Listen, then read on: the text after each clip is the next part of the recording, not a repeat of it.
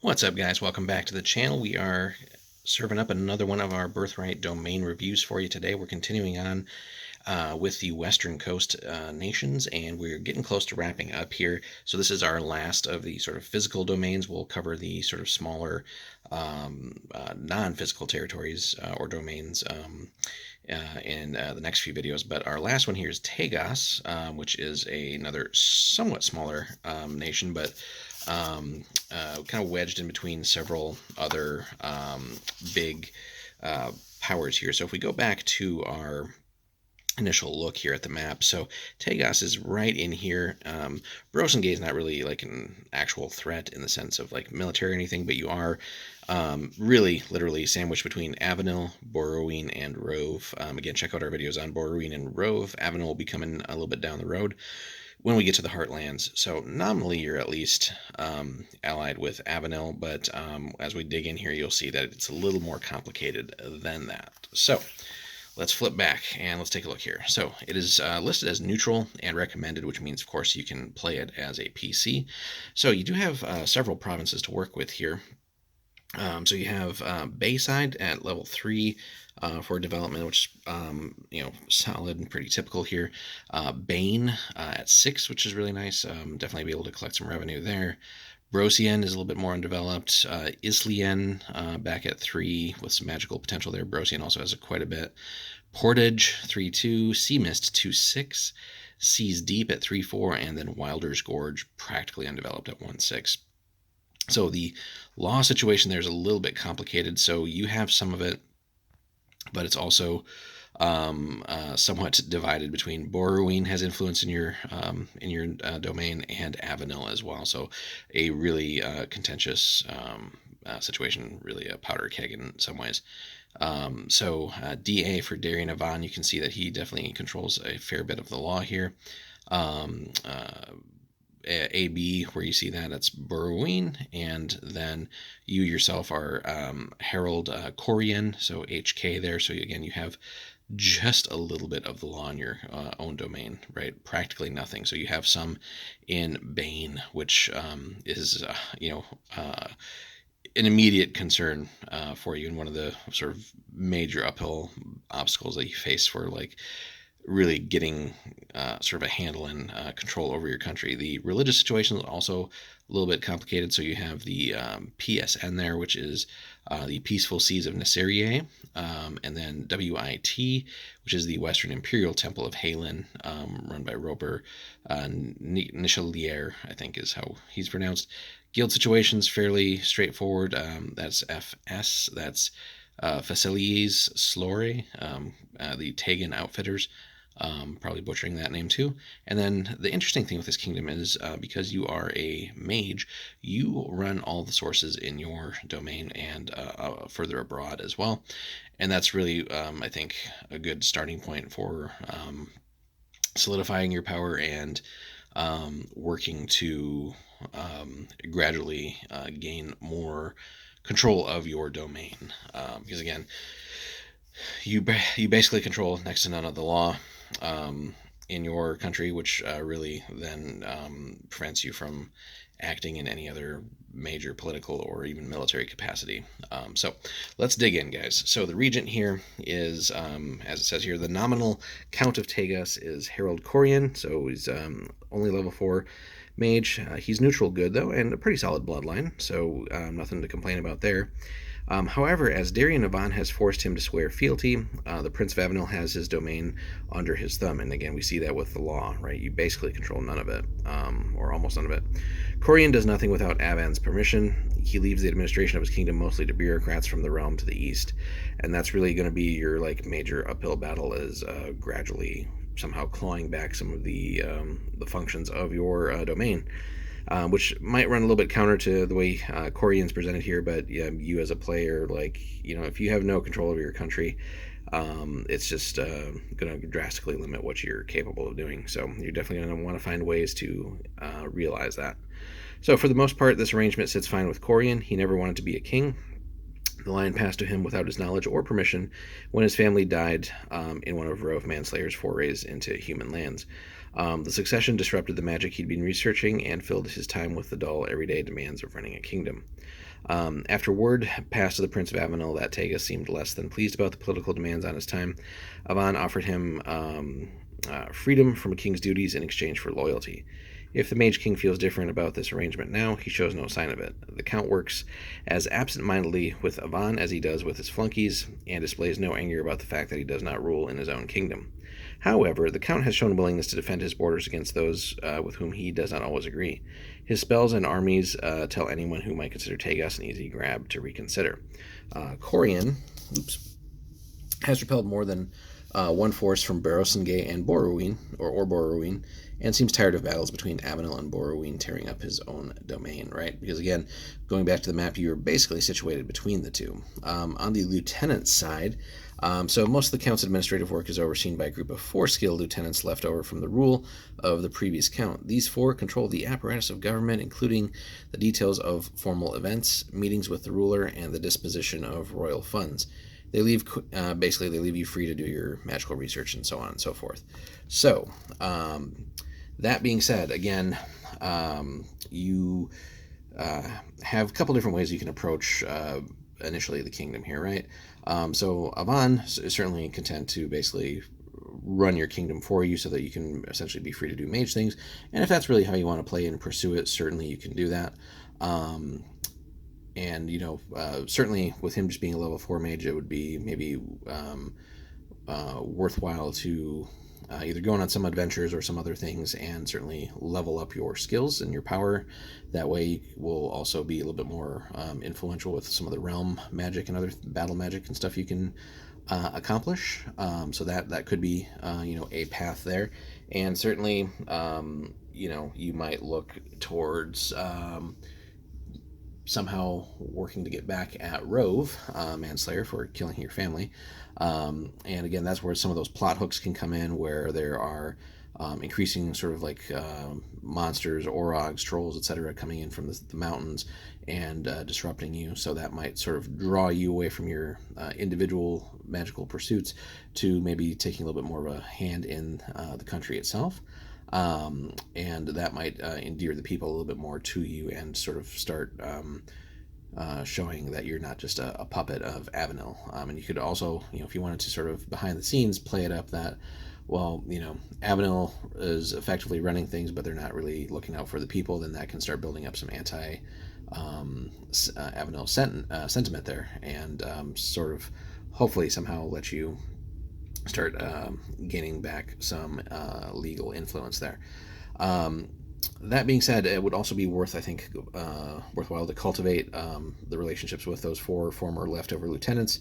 And again, depending on what the DM has planned for you and the overall campaign and the other people you're playing with, whether they're adventuring with you, they own other domains within the kingdom, like let's say like the guilds, for example, or the temples.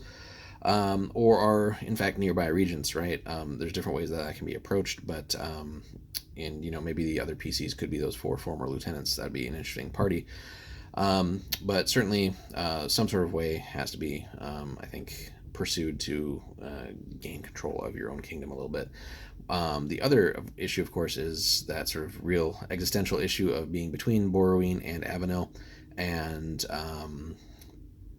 you might initially find a way to get rid of Borroween's influence. He has a little bit less than Avenel, certainly, without maybe antagonizing Borroween. So there could be maybe some just some like a neutrality pact or something forged. But again, Avenel will at least initially help dictate some of those possibilities. But I think you might need to work on, again, sort of building up some sort of like anti-Avenel sentiment, as not like outright rebellion, of course, because Avenel will literally just crush you, but something along the lines of just the people want like you as their ruler, so and not like Avenel's or puppet administrators. So I think doing some adventuring there again, and like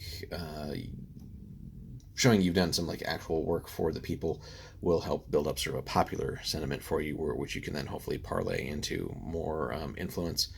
And again, a little bit more maturity on your character's part there will hopefully then um, again segue into more actual control over your kingdom. And maybe, if you want to stick with Avenil, that's fine, but maybe make it clear that you'll be his ally, but you want more control over your kingdom. But of course, a stronger position on your part might in some ways antagonize Borrowing, so you've definitely got your work cut out for you here. But let's take a look at the provinces real quick, and we'll come back to some of that stuff. So, Corian oversees portions of land that Ariane Miralyn, Duchess of Brosengay, would love to control, namely the provinces of Brosian, Islian, and Seas Deep, but he's not willing to cede her these lands. Though he has no interest in ruling, he also feels a personal distaste for Miralyn's desire to rule as much as he. Consequently, he will not grant her a single inch of his vast territory. The province of Bane holds the capital, Storm's Point, and the palace of the same name. And again, that's where you at least nominally have some of the law, and that might be a area where you work to maybe just erode a little bit of Avenel's influence, um, or maybe pursue some of the lesser developed territories, and maybe that's where you sort of start your sort of series of good deeds for the population at large, and showing that you're taking care of any of these potential like monster incursions and stuff like that. So, and that could be an easy way to then start lessening Avenel's influence and taking it over. And that might also at some point involve ruling up the levels a little bit on the provinces, trying to settle them a little bit more, and certainly keeping Brosengay at bay. Again, another sort of at least nominal Avenel ally, so you might work towards playing them off each other a little bit, but potentially some fortifications in that area would be all right as well. Um, and certainly, if somehow Brosengay did launch any kind of efforts to expand their territory, if Avenel's not putting a stop to that, then that's an easy way to then maybe bring Borrowing into the picture, because Avenel's certainly not looking out for your best interests either. The downside, of course, to all that is because, again, you're kind of in the middle of everything, well, your kingdom's going to be a likely battleground there. So, but at some point, it may be better just to get it over with sooner rather than later. So that's just a picking the right and opportune moments, maybe, and maybe if Borrowing and Avenel are distracted with conflicts elsewhere, that could then lead to those moments where you are able to then just solidify things on your end. So, and you might find it worthwhile to basically sort of declare neutrality between the two, or I mean between your, like as in not allying with Avenel so strongly, or Borrowing, and just sort of trying to play that off. At some point, if things go really well and you do get stabilized, it may well be worth just trying to wipe out Brosengay. But again, that's a long ways down the road, and obviously you'd have to certainly be taking a much more active role in your country and sort of fixing some of the other issues. But let's take a look at some of the other NPCs here. So, as in Brosengay, Avan controls much of the law of Taeghas, and does so with an iron grip. No rival mages live within the boundaries of Taeghas, though, so both Corian and Aban see to that, as their best interests lie with the Count controlling all the domain's magical resources. This kingdom, rich in magic, hides away more than enough energy for the Count in its forests and hills. Borrowing, the Archduke there, also nurses a secret interest in the law of Taeghas, and has stymied many of Avan's edicts with revolts and whispering campaigns. Trade in this kingdom is minimal, controlled by a guild under Corian's thumb. So, and again, I think that's another area that you're going to want to work on expanding with that guild, just to again build up some resources, because unfortunately this is another one of those kingdoms that doesn't get a sort of a double layout as far as like background and stuff like that. So we really don't know how much like regency you generate right now, or have accumulated, or what your treasury is, and certainly doesn't seem like there's any standing army. So that's all stuff that you would want to work out with the DM at the start of a campaign. But certainly none of those should be, I think, overly large amounts. And I would say probably even just minimal military forces, whatever probably Avenel allows you, just for basic protection. So, there's, like I said, this is going to be an uphill battle. So, another one of those nations where it's certainly playing on hard mode. That being said, you do have still a sizable territory, so it's just a matter of beating all these other obstacles. And again, if you're pursuing the route where you're sticking with Avon, I think you need to eventually be able to parlay that into um, still being an ally with him, but once maybe your character's a little bit more leveled up and more mature, um, that you do want more of that control back, and that might involve a treaty or something. But you could then also extend more of your magical abilities in Avon's service. So whether it's realm magic or battle magic or something like that, that could be a useful bargaining chip there. So, but again, you building up your magical level, I think, would be part of that certainly. So, Taeghas encompasses a wide range of terrains, though all of its provinces share the same temperate seacoast climate. In the north lies the southernmost region of the Elven Woad, while hills dot Arel Bay and the Straits. Rivers run everywhere, and moors cover the few places where the forests can't get a hold. The people, as a rule, seem independent and broad minded, though they have a tendency to close up on certain subjects such as Corian. Their ruler has not exactly inspired devotion and loyalty, and the citizenry knows that the regent financing their protection is not the one sitting on the throne in Stormpoint. And again, that's, I think, one of your other issues there. And certainly more the public relations issue. So again, I think doing some initial adventuring, not just to level yourself up for your own benefit, but then also using that to show that you, not Abenil, have actually worked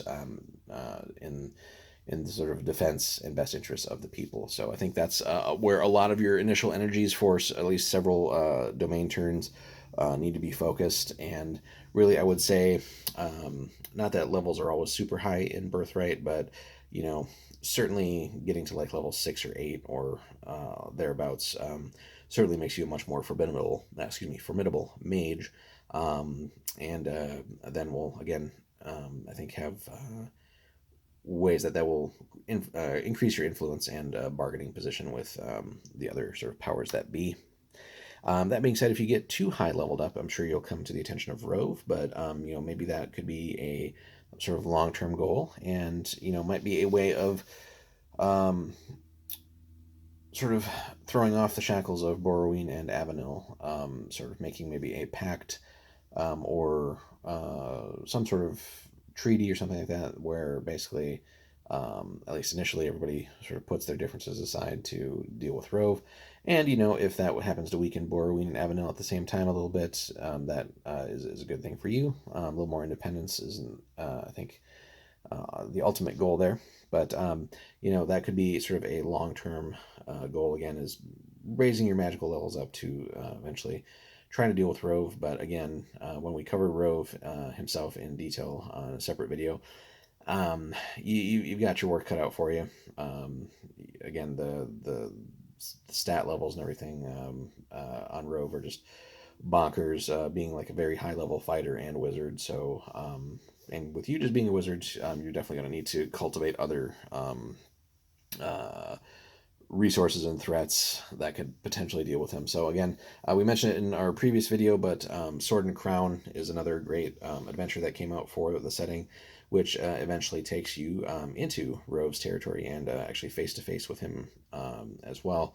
So that one is definitely recommended for any nation around the western coast or bordering Rove, just to get some extra background on uh, what's going on there and how to sort of play up those plot hooks that we looked at the beginning of the Western Coast, and seeing what some of the threats are there and getting you started essentially on some sort of path for the campaign. So, and as it says at the very last bit here, so sandwiched between Borrowing and Avenel, Taeghas has become the major battlefield of those two powers. Unless the Count takes action, that situation seems unlikely to change. So, like I said, that's really what you, I think, need to affect. And really, again, depending on how things go, and if you're sticking with Avenel, and you can sort of wrest some independence from him, and again, you're kind of, at least initially, the battleground, the focal point between the two powers, but Borrowing doesn't have that many allies in that sense. So, If you think back to, I think it was Brosengay, he's made some sort of secret overtures to um, free them from Avenil's influence. So, if you ever caught wind of that, if that's part of the thing that could be worked into with your DM, that could be an interesting way to expose Borrowing, which might give you cause to uh, deal with Brosengate a little bit more and maybe take over some of that, depending on what Avenil wants you or let you do there. But I feel overall Avenil's in a much stronger position. Borrowing really just has Telenie as an official ally, and even then they would have to travel through Borrowing's territory to get to you. So I think stabilizing, and then potentially, if the end goal there is to maybe get rid of Borrowing once and for all, that could certainly um, be a nice uphill challenge in a way to sort of expand your borders northward, and maybe even control a large chunk of the western coast. But I think any real conflict in Borrowing will, in some way, bring out Rove Manslayer as well. Just if you think back to the plot points there, Rove also has made several attempts to assassinate Borrowing. So, that's another plot point where you might uncover something, some secret schemes or whatever going on there, based on some of your adventuring, perhaps, where you're dealing with repelling some of these monster incursions, and then that could be sort of a bargaining chip where, like, you're forewarning Borrowing of something, and then maybe he um, pulls back on some of his intentions for your kingdom there. So again, lots and lots of possibilities there. But as it says here, you need to take action to change the situation here. So could be a very fun kingdom. And again, I would say this is not one for beginners. There's definitely a lot of advanced challenges here, complex challenges, but ultimately could be very fulfilling in the end. So leave us a comment, guys, if you've played Taeghas or in and around there, if you've adventured there, or if you've dealt with it, like if you were a neighboring domain or something like that, and you've dealt with them when another PC has had control of Taeghas, or if it was the DM, or who knows what. Definitely leave us a comment. We'll be happy to hear what you guys have to say. And again, thanks so much for stopping by. Like and subscribe as well for more content, and we will see you in the next one. Thanks so much.